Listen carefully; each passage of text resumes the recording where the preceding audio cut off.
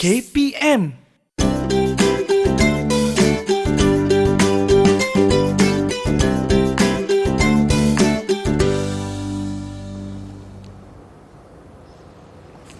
Assalamualaikum dan salam sejahtera kepada semua penonton Didik TV KPM. Apa khabar semuanya? Seperti biasa, anda bersama dengan saya, Syafiqah Hanafiah dalam slot pentaksiran bilik darjah yang lebih dikenali sebagai PBD. Dan tajuk kita pada hari ini adalah PBD dalam bahasa Arab untuk sekolah rendah. Siapakah yang akan berkongsi dengan kita pada hari ini? Jadi jom kita saksikan dahulu profil guru.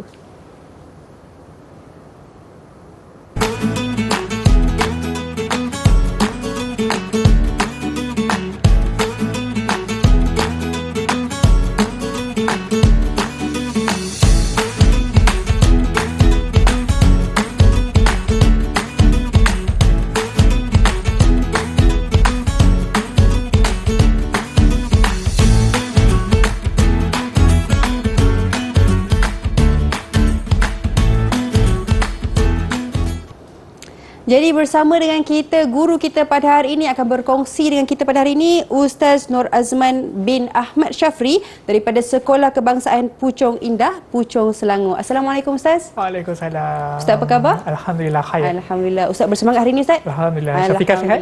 InsyaAllah. Jadi sebelum kita nak mulakan kelas, saya nak kenalkan juga guru jurubahasa isyarat kita, Cikgu Muhammad Bukhari bin Cik Hasan daripada Sekolah Kebangsaan Pendidikan Khas Selangor, Shah Alam, Selangor. Apa khabar Cikgu?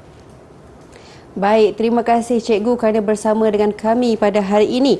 Jadi Cikgu, Ustaz, dengan topik kita PBD dalam bahasa Arab sekolah rendah. Mungkin Ustaz boleh mulakan kelas. Dipersilakan. Okey, terima kasih Syafiqah. Syukran lak. Bismillahirrahmanirrahim. Assalamualaikum warahmatullahi wabarakatuh. InsyaAllah pada kali ini kita akan berkongsi berkenaan dengan pentaksiran bilik darjah bagi mata pelajaran Bahasa Arab KSSR semakan 2017. KSSR ini bermaksud dia kurikulum standard sekolah rendah lah bagi mata pelajaran Bahasa Arab. Baiklah, sebelum kita nak meneruskan perkongsian berkaitan dengan PBD Bahasa Arab pada kali ini, kita lihat dahulu objektif perkongsian kita pada kali ini. Pertama sekali, insya-Allah kita akan mengenal pasti bahan rujukan PBD bagi mata pelajaran Bahasa Arab sekolah rendah. Dan yang kedua, Syafiqah, kita mengenal pasti cara untuk melaksanakan PBD bagi mata pelajaran Bahasa Arab sekolah rendah. Ketiga pula, insya-Allah kita akan mengenal pasti juga kaedah pentaksiran yang boleh dilaksanakan dalam mata pelajaran Bahasa Arab sekolah rendah.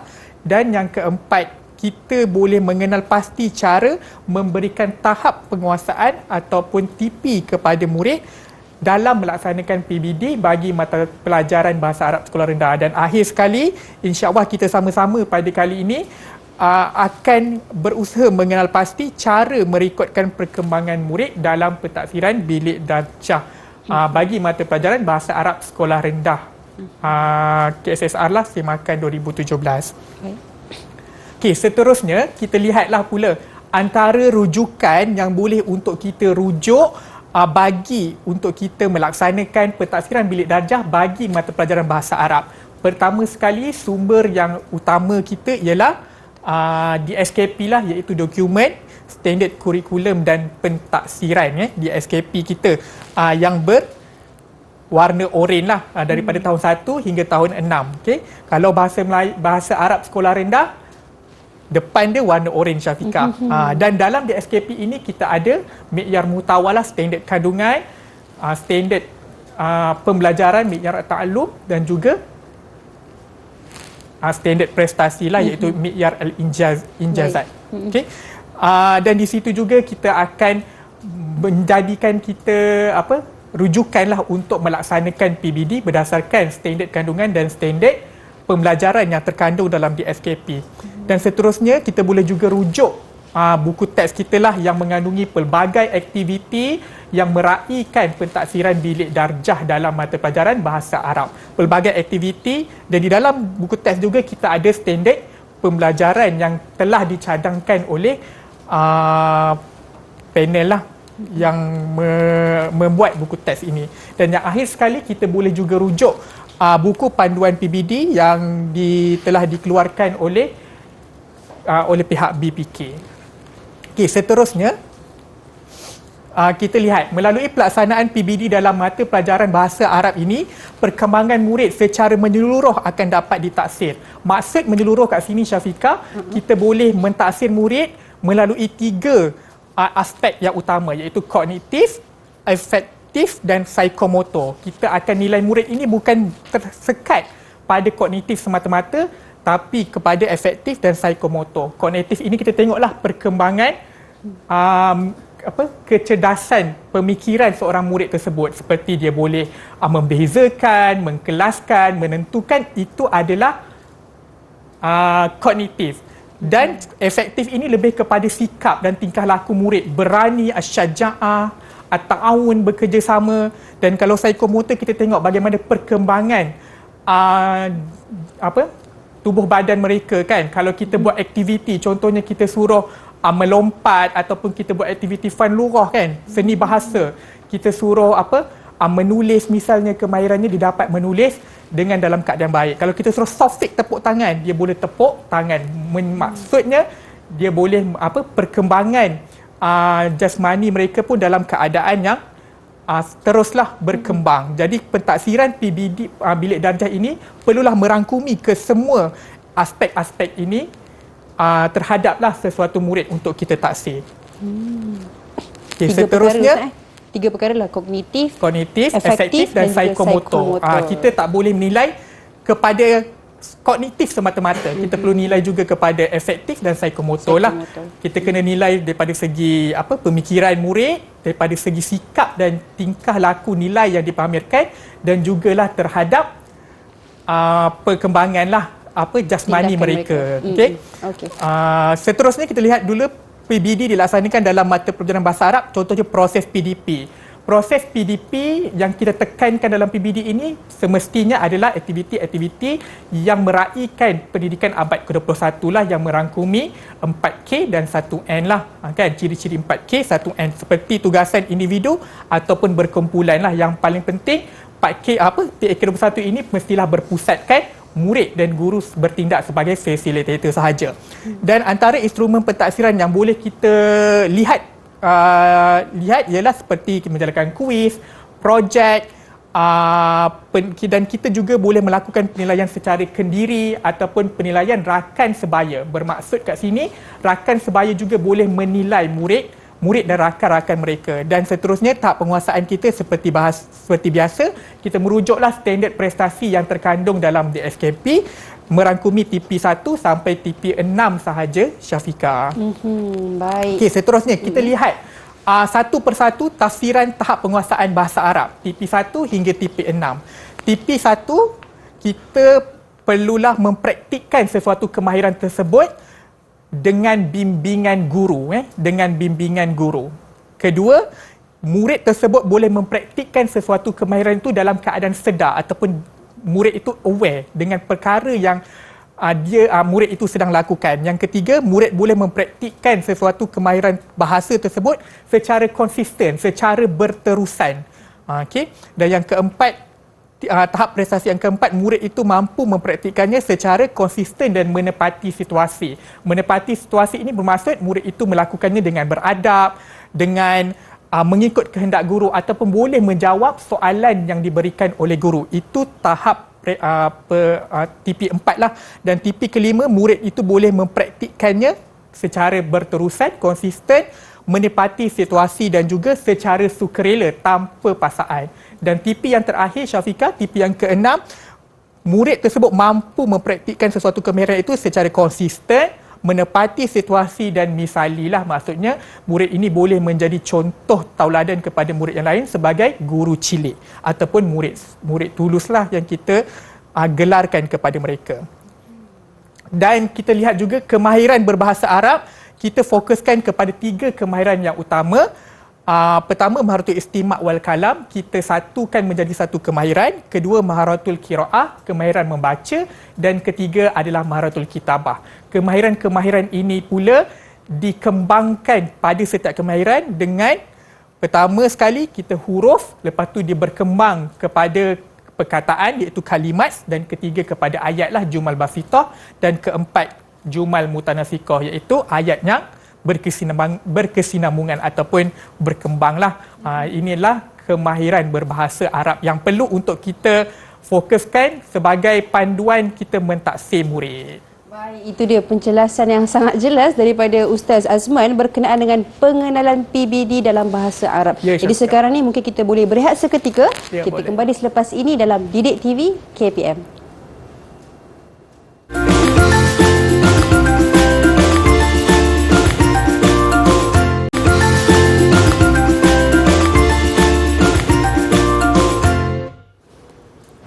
Baik, anda bersama dengan kami dalam pentaksiran Bilik Darjah dengan topik kita PBD dalam bahasa Arab untuk sekolah rendah.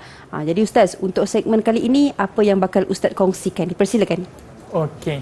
Untuk segmen ini kita akan lihat contoh aktiviti kaedah pentaksiran ataupun instrumen pentaksiran yang digunakan berdasarkan standard kandungan 2.3 lah, iaitu qiraah al-jumal al-basitah hasbal muhawir al-atiyah qiraah sahihah.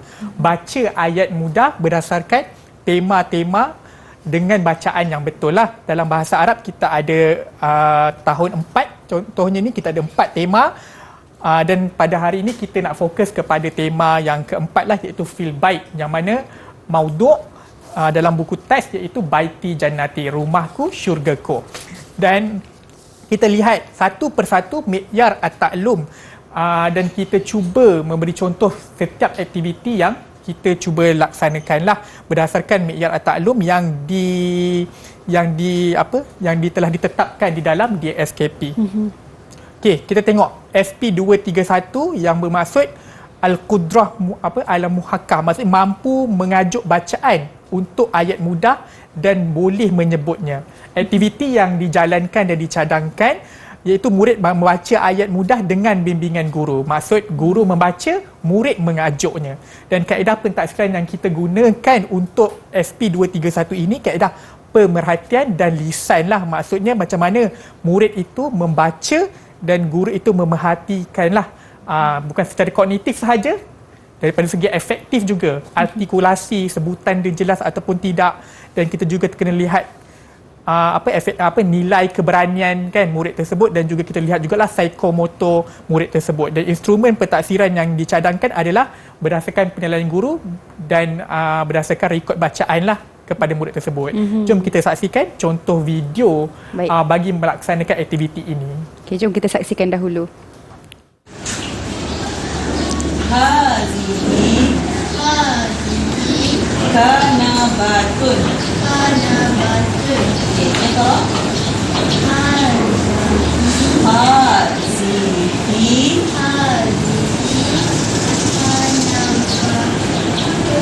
kanabatun. Ya, Hasan.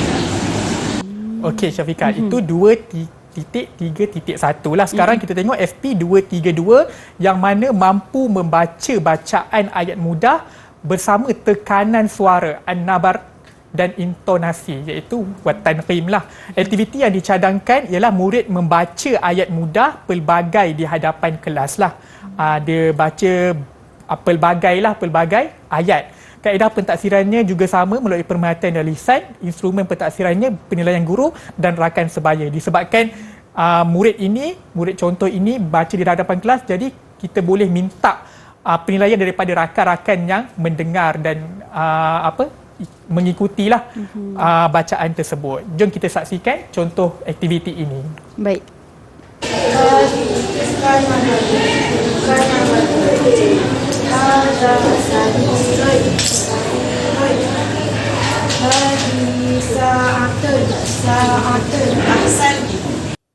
Okey, seterusnya kita lihat pula standard pembelajaran yang ketiga 2.3.3 iaitu murid ini mampu menghafaz ayat mudah yang telah dipelajari, yang dibaca tadi dan pendengarkannya. Contoh aktiviti yang dicadangkan ialah aktiviti bercerita lah.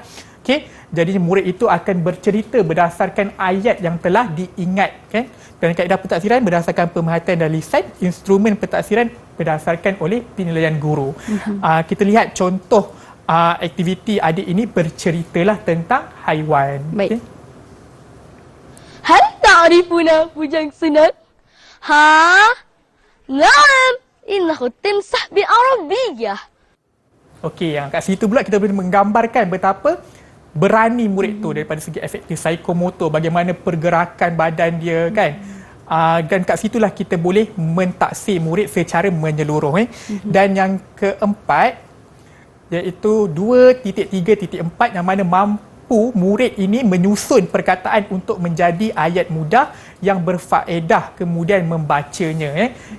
Aktiviti yang dicadangkan ialah tarsiah lah. Tarsiah ini Syafiqah satu permainan, dia seumpama puzzle lah yang mencantumkan ayat demi ayat supaya ayat itu menjadi ayat yang lengkap dan berfaedah lah kan. Al-Jumal Al-Mufidah. Okey, kaedah pentaksiran, pemerhatian dan lisan. Instrumen pentaksiran adalah berdasarkan penilaian guru. Ini ada jugalah contoh tarsiah yang telah dilengkapkan dan ini dilakukan secara berkumpulan lah. Okey. Seterusnya kita lihat SP 2.3.5 iaitu mampu melakonkan al-qudrah ala tamsil, okey, lil jumal al-basitah al-maqru'ah, melakonkan ayat mudah yang dibaca. Aktiviti yang dicadangkan adalah berbentuk hiwar, perbualan. Kaedah pentaksiran, pemerhatian dan lisan. Instrumen pentaksiran boleh dinilai oleh guru mahupun rakan sebaya. Okey, dan yang terakhir kita lihat SP 2.36 yang mana murid mampu membuat projek rakaman untuk ayat mudah yang dibaca. Jadi murid-murid ini kena rakamlah ayat yang dibaca tersebut dan apa yang dicadangkan pada kali ini murid baca dan diletakkan dalam Padlet lah. Padlet ini merupakan satu web percuma kan yang mudahlah untuk dilayari oleh murid-murid dan muat naiklah video-video yang telah dibaca di Padlet ini. Dan rakaman tersebut boleh dinilai lah oleh guru maupun rakan sebaya sebab rakan ni pun boleh tengok video kawan dia yang lain. Okey, kat Padlet ni juga yang lebih menarik dia ada bintang. Kalau kita nak bagi TP berapa kita bolehlah tekan bintang yang kita nak bagi. Dan kaedah pentaksirannya juga berdasarkan pemerhatian dan juga lisan lah. Kita lihatlah macam mana dia membaca dengan baik dan kita tengok perhatikanlah daripada segi sikap dan tingkah laku, keberaniannya kan. Daripada situlah kita boleh mentaksir murid. Baik, itu dia penjelasan daripada guru kita berkenaan dengan aktiviti-aktiviti yang dilakukan untuk pentaksiran dalam bilik darjah. Jadi sekarang ni kita mungkin nak berehat seketika. Kita kembali selepas ini Didik TV KPM. Guru mentaksir murid sepanjang PDP berdasarkan kepelbagaian aktiviti yang melibatkan murid. Pentaksiran ditentukan melalui 3 kaedah iaitu pemerhatian, lisan dan penulisan. Guru juga disarankan supaya mempelbagaikan aktiviti seperti pembelajaran berasaskan projek, pembelajaran berasaskan masalah dan sebagainya. Guru hendaklah mempelbagaikan aktiviti permainan murid dan sebagainya untuk memudahkan guru mentaksir murid sepanjang PDP berlangsung. Kepelbagaian PDP oleh guru dengan menekankan aktiviti berpusatkan murid akan memberikan ruang yang luas kepada guru dalam mentaksir murid. Kaedah pemerhatian, lisan dan penulisan digunakan oleh guru semasa mentaksir murid sepanjang PDP. PBD juga boleh melibatkan penilaian rakan sebaya di dalam kelas. Aktiviti yang melibatkan penilaian bersama-sama rakan sebaya sepanjang pembelajaran juga merupakan eviden bagi pentaksiran bilik darjah. Pelaporan PBD adalah berdasarkan template yang disediakan oleh bahagian pembangunan kurikulum.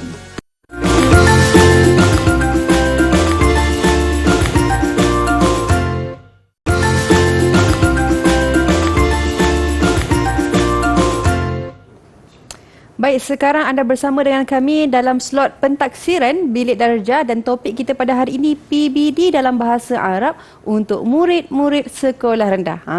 Jadi Ustaz, untuk segmen kali ini apa yang nak dibincangkan? Dipersilakan. Okey, untuk segmen kali ini kita lihatlah bagaimana untuk kita merekod kan dan memberi tahap penguasaan kepada murid tersebut. Kita lihat Syafiqah, contoh pertama cara pemberian tahap penguasaan. Okey, sebelum tu kita lihat dululah video yang menggambarkan tahap penguasaan ini. Kita lihat dulu video. Lihat dahulu.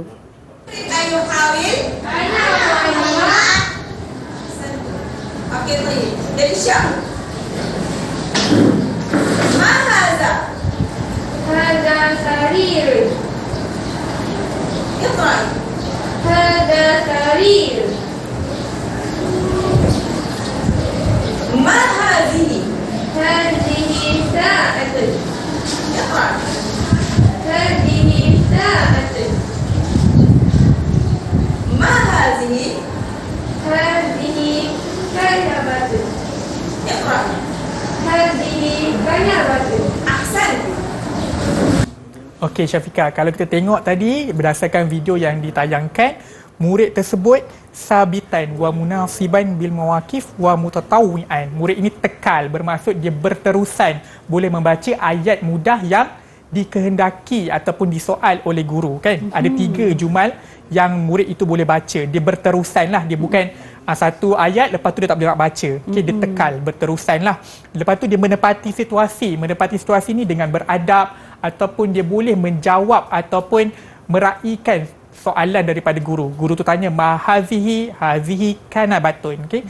Maksudnya dia menepati situasi lah dan kehendak guru, dan yang paling penting tadi dia secara sukarela untuk membaca. Bila guru dia siapa yang nak cuba kan dia angkat tangan ana muallimah. Jadi menggambarkan dia sukarela lah tanpa paksaan. Itu okey, jadi cadangannya berdasarkan video tadi ataupun tindakan murid tersebut, dia layaklah untuk mendapat TP 5 Syafiqah. Okey, seterusnya kita lihatlah contoh seterusnya. Kita lihat video terlebih dahulu. Baik, kita saksikan dahulu. هذه ساعة. اقرأي. ساعة. أحسنتِ. Dia Okey mengajar, Syafiqah. Ustaz. Dia murid tersebut sabitan wa munasiban bil mawaqif wa misalian. Dia tekal, kan? Dia berterusan boleh membaca, menepati situasi dengan beradab, kan? Ahsanti. Dia sebut memberi ganjaran pula kepada rakannya, memberi penilaian. Ni penilaian rakan sebaya lah, contoh, dan boleh menjadi contoh, menjadi guru cilik lah, menjadi misali kepada kawan-kawan yang lain. Okey. Jadi kat sini boleh dicadangkan kepada murid tersebut berdasarkan tindakan yang murid ini lakukan. Kita boleh bagi TP 6 sebab dia telah menjadi suri tauladan dan murid turuslah. Okey. Dan seterusnya kita lihat contoh yang ketiga. Kita tengok video terlebih dahulu. Baik. Ma hadhihi? هذه ساعة. Iqra. هذه ساعة. Ahsanta. Okey, dan berdasarkan video tadi Syafiqah, murid tersebut sabitan wa munasiban bil mawaqif. Dia tekal dan menepati situasi. Menepati situasi ini boleh dalam keadaan dia beradab, kan? Dan mengikut arahan, kehendak ataupun soalan guru. Guru tu tanya ma hadza, ma hadhihi, dia boleh jawab dengan jawapan al-ijabah as-sahihah. Dan dia layaklah untuk saya cadangkan mendapat TP 4. Okey. Okay, itu contoh-contoh bagaimana untuk kita nak cara kita memberikan tahap penguasaan kepada murid. Seterusnya kita lihat juga template pelaporan PBD yang telah dikeluarkan oleh pihak bahagian kurikulum lah Kementerian Pendidikan Malaysia, yang mana kita tidak ada rekod transit atau rekod perkembangan murid lah yang selaras dikeluarkan oleh Kementerian Pendidikan Malaysia. Kita hanya ada untuk rekod tahunan sahaja, rekod yang terakhir lah, iaitu seperti yang dicadangkan ini yang mengandungi 3 item yang utama, iaitu kemahiran mendengar dan bertutur, kemahiran membaca dan kemahiran menulis. Jadi kita tak ada borang transit ataupun rekod transit yang selaras, okay?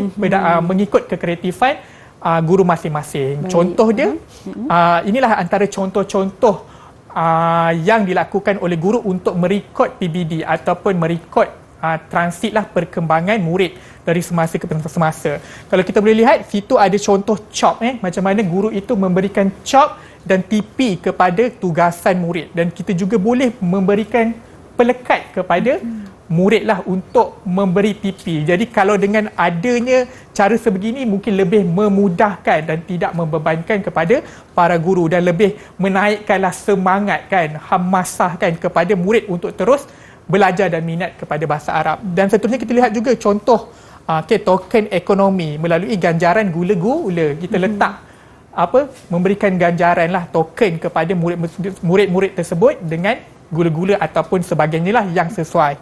Dan yang seterusnya kita boleh meletakkan papan ganjaran bagi pelekat ke ataupun kita letak bintang ke, an-nujum ke, al-qamar ke kan yang sesuai. Dan kalau lebih baiknya kita lekatkan kita letak papan ganjaran ini ditayangkan kepada semua murid supaya mereka tahu di mana tahap penguasaan mereka pada hari dan pembelajaran ketika itu. Okey, ini cadang-cadangan yang telah dikeluarkan oleh pihak yang telah dibuatlah oleh para guru kan, yang boleh memudahkan dan sangat kreatif untuk melaksanakan pentaksiran bilik darjah secara berterusan dan holistik. Dan yang terakhir, kita perlu melakukan tindakan susulan atau perkara yang lebih mudah untuk kita faham. Kita perlu jalankan intervensi lah sekiranya murid tersebut masih lagi belum mencapai tahap penguasaan minimum iaitu TP3 ke bawah lah, maksudnya TP1, TP2 lah. Murid itu masih berada di tahap penguasaan 1 dan 2. Kita perlu melakukan tindakan susulan sampailah murid tersebut mencapai tahap penguasaan minimum, iaitu murid tersebut dah dapat TP3, TP4, TP5.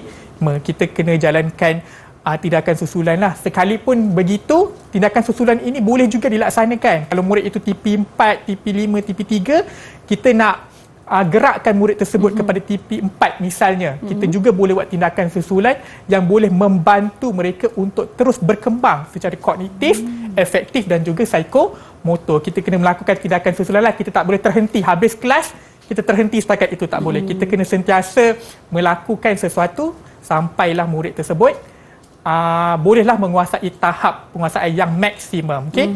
Tindakan susulan ini juga sebenarnya menampakkan betapa PBD ini dilaksanakan bagi membantu pertumbuhan pembelajaran murid. Maksudnya kita akan berusaha membawa murid tersebut semakin cemerlang dan cemerlang lagi cemerlang kan, sebab dia kita akan berusaha membawa murid tersebut semakin baiklah dari semasa ke semasa. Dan juga inilah merupakan panduan refleksi terhadap pengajaran guru. Kalau kita rasa ada murid yang masih belum capai tahap minimum, kita kena buat sesuatu lah sebagai tindakan susulan. Baik Ustaz, itu sahaja. Terima kasih atas penjelasan mengenai pelaksanaan dan juga perekodan pentaksiran bilik darjah untuk mata pelajaran bahasa Arab sekolah Ustaz, rendah. untuk sekolah rendah. Jadi Ustaz, mungkin Ustaz ada rumusan secara ringkas untuk topik kita pada hari ini?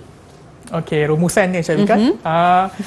Kita sebenarnya perlu PBD ini mentaksir secara meluas. Kalau kita faham betul-betul, yang pastinya bila kita mentaksir, kita kena faham kehendak, keperluan dan tuntutan kurikulum seperti yang telah dibentuklah dan dirangka oleh pihak BPK melalui DSKP kita. Jadi para guru kena faham apa kehendak DSKP dan juga kita perlu menilai secara holistik, secara kognitif, pemikiran, efektif dan juga psikomotor. Dan bila kita dah melakukan pentaksiran dengan betul dan tepat melalui 3 kemahiran yang utama dalam bahasa Arab ini, insya-Allah murid-murid secara tidak langsung akan menguasailah dan akan mencapai tahap penguasaan yang maksimum. Okay? Baik Ustaz, terima kasih atas penjelasan dan penerangan pada hari ini untuk pentaksiran bilik darjah untuk subjek ataupun mata pelajaran bahasa Arab. Mudah-mudahan memberikan pencerahan kepada guru-guru, ibu dan ayah dan juga murid-murid yang menonton kami hingga ke hujung siaran. Terima kasih banyak-banyak dan insya-Allah kita berjumpa lagi di lain hari. Assalamualaikum warahmatullahi wabarakatuh.